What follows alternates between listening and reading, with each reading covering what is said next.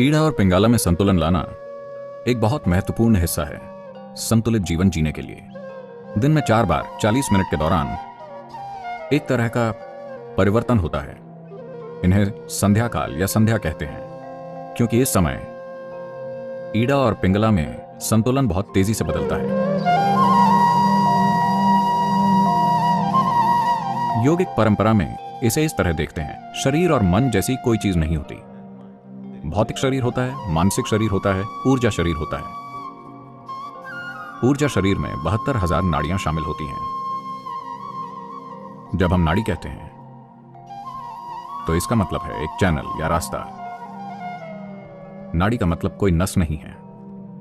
अगर आप इस शरीर को काटकर खोलें तो आपको नाड़ियां नहीं दिखेंगी। ऐसी कोई चीज भौतिक रूप में नहीं है। लेकिन अनुभव के तौर पर अगर आप अपने सिस्टम में ऊर्जा की गतिविधि की प्रकृति को देखें तो आप पाएंगे कि वो हमेशा स्थापित मार्गों पर चलती है, इधर उधर कभी नहीं। तो 72,000 मार्ग हैं जिनसे वो गुजरती है। 36 दाईं ओर, 36 बाईं ओर, दोनों तरफ 36,000। दाहिने को पिंगला कहते हैं, बाएं को ईड़ा कहते हैं। इन्हें सूर्य और चंद्रमा भी कहा जाता है। तो ये दोनों ईड़ा और पिंगला या सूर्य और चंद्रमा, दायां और बायां, आपके मन के स्तर पर तार्किक और सहज ज्ञान को दर्शाते हैं। जब मैं सहज ज्ञान कहता हूं तो सहज ज्ञान बोध का एक और आयाम नहीं है, बल्कि सिर्फ गणना का एक और आयाम है। अगर आपके अंदर बराबर मात्रा में सूचना है, अगर आप तार्किक रूप से जाते हैं तो किसी जगह पहुंचने में 10 कदम लग सकते हैं। Intuition means you don't take the 10 steps, you just jump to the 10th step. सहज ज्ञान मतलब आपको 10 कदम नहीं उठाने, आप बस कूद कर 10वें कदम पर पहुंच जाते हैं। मगर आज की आधुनिक शिक्षा प्रणालियां 100% सहज ज्ञान के आयाम को कुचल रही हैं। सिर्फ तार्किक को विकसित किया जा रहा है। किसी भी सहज ज्ञान को बकवास कहकर खारिज कर दिया जाता है। हर चीज के लिए आपको बहुत सोचना पड़ता है। जो आपकी दादी नानी यूं ही जानती थी, आज आपको वही चीज जानने के लिए अरबों डॉलर का रिसर्च करना पड़ता है। जब आपको हर चीज के लिए सोचना पड़ता है और हर चीज में कई कदम लेने होते हैं,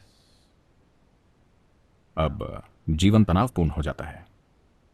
अगर कोई एक स्तर से आगे सफल होना चाहता है तो कुछ चीजें हैं जिनमें आपको उन्हें फांद कर वहां तक पहुंचना होता है। वही सूचना, वही चीजें, बस आपको हर बार उतने ही कदम नहीं लेने पड़ते। यह जीवन को तनावपूर्ण बना देता है, क्योंकि यह ऐसा है जैसे आप अपनी कार 2 पहियों पर चला रहे हों। बाकी दोनों पहिए खाली और सुरक्षित हैं।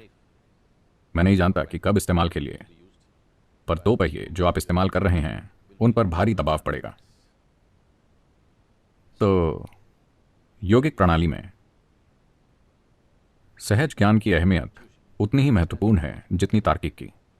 तो ईड़ा और पिंगला में संतुलन लाना एक बहुत महत्वपूर्ण हिस्सा है संतुलित जीवन जीने के लिए।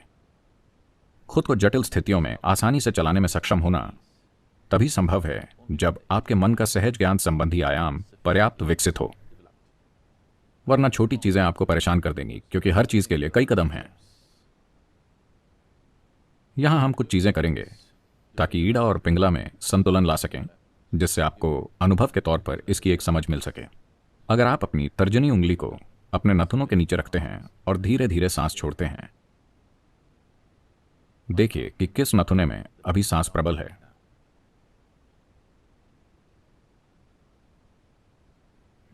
कितनों का दाहिना है? बायां? ठीक है, यह दायां होता है या बायां? सिर्फ 2 बैरल हैं। अगर 25 होते तो यह कितना जटिल होता। अगर आप दिन भर के दौरान खुद पर गौर करें तो आपने ध्यान दिया होगा कि लगभग 40 से 48 मिनट के बीच सांस की प्रबलता दाएं से बाएं और बाएं से दाहिने की तरफ बदलती है। क्या आपने कभी इस पर ध्यान दिया है? यह इसलिए होता है क्योंकि सिस्टम के भीतर ऊर्जा या प्राण की प्रबलता, जो शरीर की जीवन शक्ति है, वो पिंगला से ईड़ा और ईड़ा से पिंगला में बदलती रहती है। हर 40 मिनट पर एक बार ऊर्जा के बदलने के बाद अगले 8 मिनट के अंदर सांस बदल जाती है। अगर आप सेहत और खुशहाली की संपूर्ण स्थिति में हैं तो वो कुछ पलों में, या हम कह सकते हैं तुरंत ही बदल जाएगी। ये परिवर्तन हर 40 मिनट में होता है, पर दिन के कुछ समय के दौरान, जिन्हें ट्वाइलाइट जोन कहा जाता है, जिसका मतलब है संध्या काल, सूर्योदय से 20 मिनट पहले, सूर्योदय के 20 मिनट बाद, ओ ठीक है सदगुरु, अगर कोई दूसरा समय है तो बताइए, दोपहर से 20 मिनट पहले, दोपहर के 20 मिनट बाद, सूर्यास्त से 20 मिनट पहले, सूर्यास्त के 20 मिनट बाद, आधी रात से 20 मिनट पहले और आधी रात के 20 मिनट बाद, 40 मिनट के दौरान दिन में 4 बार एक तरह का परिवर्तन होता है। इन्हें ट्वाइलाइट जोन या संध्या कहते हैं, क्योंकि इस समय ईड़ा और पिंगला में संतुलन बहुत तेजी से बदलता है। क्योंकि वो आपके अंदर तेजी से बदल रहा है, इस समय उसमें संतुलन लाना बहुत आसान है। एक हद तक दुनिया में लगभग हर कहीं किसी भी आध्यात्मिक प्रक्रिया या साधना का मतलब है सुबह शाम। संध्या आध्यात्मिक साधना का पर्याय बन गई है। वो समय कई साधनाओं का पर्याय हो गया है। तो ईड़ा और पिंगला में संतुलन लाना एक इंसान के संतुलित विकास के लिए महत्वपूर्ण है। आप वाकई अपने अंदर आराम तभी महसूस करते हैं जब आप किसी रूप में संतुलित होते हैं। जब किसी तरह का असंतुलन होता है तो परेशानी होती है ना? हाँ, जब आप किसी तरह का असंतुलन महसूस करते हैं तो परेशानी होती है। सिर्फ जब आप एक खास संतुलन पा लेते हैं तभी आप वाकई आराम महसूस करते हैं। तो आराम कभी इससे तय नहीं होता कि आप किस पर बैठे हैं या कहाँ हैं। आराम इससे तय होता है कि आप अपने अंदर कितने संतुलित हैं। How balanced you are within yourself. ये मूलभूत आराम जो हर इंसान में होना चाहिए, दुर्भाग्य से कई सारे लोग उससे वंचित हैं। एक जगह पूरी सहजता से सिर्फ बैठना अभी अधिकांश लोगों के साथ नहीं हो पाता है ना? बस आराम से बैठना पूरी सहजता से, ये नहीं होता।